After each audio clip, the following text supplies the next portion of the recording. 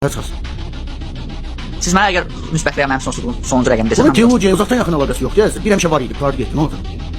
baxın, mənim izah eləmək istədiyim səmavi dinlərin tanrısı Səmavi deyil. dinlərdən getmir. Sən tərif verdin ki, başlanğıcı yoxdur. Başlanğıcı yoxdur. Tanrının başlanğıcı yoxdur, tərif verdin. Aha. Əhsən. Bu eyni zamanda atribut da daşıyır özündə. Yaradılmayan, düzdür? Bəli, Bu atributu daşıyırmı? bəli, Verdiğin status kazandırdığın şey yaradılmayıbsa deməli yaradıcısız bir şeyler var olabilir. bəli. Bir şeyler var olabilirse Tanrı niye istisnadır, təbiət niye istisnadır? Deməli təbiət də var olabilir Tanrısız. Çünki hər şey öz tanrının içindədir, belə deyək. Yəni keyfiyyət ideoloji başlayırsa sağa sola gedir. Panenteist fəlsəfə. Tərif ver, mən də sizə tərif ver. Sən qaçdın axı, sabit teologikatdan qaçdın getdin yerdə panteizmə. Hər şey Tanrıdır. Belə qəbul edək. Bu qədər, baxın, bildiyimiz Mən qədər, də deyirəm hər şeydir, hər şey Tanrı deyildir. bu qədər sonsuz nizam, kainat. Hardadır o nizam? Var da ən azından. Harda bax Andromeda qalaksisindəki nizam sənə nə lazım? Yəni sənin üçün nə bir təsir var? Ən azından gündə başımıza 5 dənə meteorit düşmür, ən azından. Meteorit düşməməyini təmin edən şey Andromedadır. Nizamdır da. Nizamdır. Bəs düşdən olacaq ki, düşüb də. Yox, belə deyim də, 8 dənə planet var günəş sistemində. Bunlar toqquşmadan hərəkət edirsə illərdir. Gravitasiya var axı ortada. Axırı ki bu nizamdır da. Harda deyil nizam düşüb axı. Siz deyirsiniz ki, hər şey baş-boşunadır, təbiətdə və kainatda. Qaqa, bu deyirsən ki, bax özün deyirsən özün təklif, özün deyirsən özün təklif edirsən. Düşüb axı bu asteroid, nə tər edir? Düşüb amma az düşüb də, yəni. Məsələn, Baş-boşuna. 195 qanunları məhv edib. Əgər sizin dediyiniz kimi olsaydı, onu gərək gündə 1000 dənə, dünya mövcud olmamalıydı, əgər nizamsız olsaydı. Əzim, dünyanın mövcud olmağı bir nizama görə deyil axı. Nəyə görə? Gravitasiya saxlayır planetləri, gravitasiya. Bəs gravitasiyanı nə saxlayır? Onu nə yaradır? Gravitasiyanı, materiya haqqında bilgin var. Az çox. Nə qədər az çox olmur. Hər vaxtınız xeyir əziz dinləyicilər. Bugün yenə çox maraqlı, bir o qədər də gülməli bir mövzu ilə qarşınızdayıq. Salam hər kəsə. Deyəsən yenə kimsə elmi kəşfləri öz dar dünya görüşündə boğmağa çalışıb. Kimdən danışırıq bu dəfə? Kim olacaq? Bizim böyük mütəfəkkir, məşhur ateist Çevikdən. Keçən dəfə bir yerdə böyük iddia edir ki, bəs kainatda nizam filan yoxdur. Planetləri yerində saxlayan, toqquşmağa qoymayan sadəcə gravitasiya qüvvəsidir. Yəni, yaradıcıya ehtiyac yoxdur, cazibə hər şeyi həll edirmiş. Ay aman, Çevik yenə öz dərin elmi savadını nümayiş etdirib. Bilirsən, bu əslində çox yayılmış, amma bir o qədər də səthi və savadsız bir düşüncədir. Gravitasiyanın özünü nizamdan kənar bir şey kimi görmək. Necə deyərlər, görünən dağa bələdçi axtarmaqdır. Tamamilə haqlısan. Bəs bu gravitasiya öz-özlüyündə necə işləyir? Çevik elə bilir ki, cazibə kör təbii bir külək kimi bir şeydir. Əksinə, gravitasiya nizamın ta özüdür, təməlidir. Müasir astrofizikada və kosmologiyada inci ayar, yəni fine tuning deyilən bir həqiqət var. Təsəvvür et, kainatın təməlindəki gravitasiya sabiti o qədər həssas bir tənzimləməyə malikdir ki, elm adamları qeyd edir ki, əgər bu qüvvə indikindən 10 üstü 60'da 1 dərəcə belə güclü olsaydı... Bir dəqiqə, yavaş. 10 üstü 60, yəni bir rəqəminin arxasında düz 60 dənə sıfır. Bu ki, ağıl sağmaz bir rəqəmdir. Bəli, məhz elədir. Əgər o qədər kiçik, xəyala gəlməyəcək qədər cüzi bir fərqlə güclü olsaydı, kainat yaranandan dərhal sonra öz içinə çöküb məhv olacaqdı.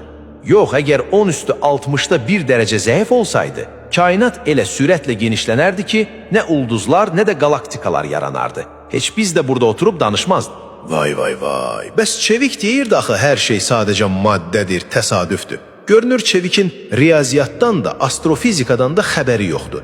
Nahaq yerə deməyiblər. Cahilə söz anlatmaq, dəvəyə xəndək atlatmaqdan çətindir. Elədir ki var. İndi qulaq as, gülməlisi ələ qabaqdadır. Kimsə Çevikdən soruşur ki, yaxşı, bəs bu gravitasiyanı nə yaradır? Və onu kim bu dərəcədə sabit saxlayır? Bilirsən nə cavab verir? Yenə hansı incini tökür? Çox qürurla deyir ki, materiya, yəni maddə. Bununla da elə bilir ki, məsələni bağladı, şahmatda mat etdi. Gəl bunu açaq. Bəli, Albert Einstein'in ümumi nisbilik nəzəriyyəsinə görə kütlə, yəni maddə, kosmos zamanı bükərək gravitasiyanı yaradır. Amma bu sadəcə prosesin mexanizmidir. Niyə sualının cavabı deyil axı? Maddənin niyə cazibə xüsusiyyətinə malikdir? Maddənin şuuru, riyaziyyat savadı var. Ay sağ ol, məntiqi mərkəz də elə budur. Ağılsız, kör maddə necə qərar verə bilər ki, mən mükəmməl riyazi qanunlara tabi olmalıyam? Niyə materiya kosmosda xaotik, şuursuzca dağılmaq əvəzinə sarsılmaz bir gravitasiya qanunu ətrafında birləşir? Bu, bilirsən nəyə bənzəyir? Kimsə səndən soruşur ki, Nizaminin xəmsəsini kim yazıb? Mən çox bilmiş kimi qayıdıb deyirsən ki, nə kimi yazıb? Bunu mürəkkəb və kağız yaradıb da. Tam olaraq budur. Çevikin fəlsəfəsi eynən kağıza mürəkkəbə inanıb müəllifi inkar etməkdir. Gravitasiya kainatın necə işlədiyinin izahıdır, yəni mürəkkəbdir. Yaradıcı isə o mürəkkəblə mükəmməl riyaziyyatı və qanunları yazan mütləq qüdrətdir. Maddənin özü bir qanun qoya bilməz. Çünki qanun qanunverici olmadan yaranmaz. Yeri gelmişken bizim bu alimler alimi Çevik'in başka bir iddiası da var. Entropiya ile bağlı. Deyir, kainatta tam nizam yoktu, her gün meteorlar düşür, kosmik toqquşmalar olur, xaos var. Buna göre de nizam yalandı. Valla bu adamın məntiqi xətaları kitab olar. Təsəvvür et, nəhəng və çox mürəkkəb bir fabrikdəyik.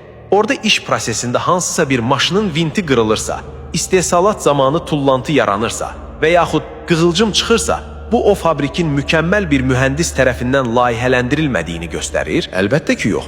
Bu elə o sistemin təbii dinamikasıdır. Məhz kainatın içində kiçik miqyasda xaos, meteor toqquşmaları ola bilər. Lakin ən böyük makro şəkildə bütün kainat, ən kiçik atomlardan tutmuş nəhəng galaktikalara qədər insanın tədqiq edə biləcəyi hesablanan sabit qanunlar sistemi üzərində işləyir. Ən böyük ironiya da onun ibarətdir ki, əgər o ümumi nizam, o riyazi qanuna uyğunluq olmasaydı, Çevik bugün oturub rahat-rahat təkamüldən və ya astrofizikadan danışa bilməzdi. Çünki elm deyilən məfhum yalnız sabit qanunların olduğu məkanda mövcud ola bilər. Çox gözəl nöqtə qoydun. Xülasə, Çevik gravitasiya sözünü öyrənib, onunla hər şeyi həll etdiyini düşünür. Amma fərqində deyil ki, ən böyük möcüzə və sənət əsəri elə gravitasiyanın özüdür.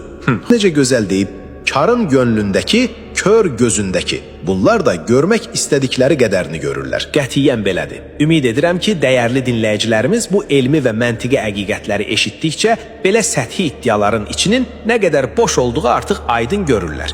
Möhtəşəm söhbət idi. Gələn podkastlarda görüşənədək. Görüşənədək əziz dostlar. Özünüzə və düşüncələrinizə yaxşı baxın.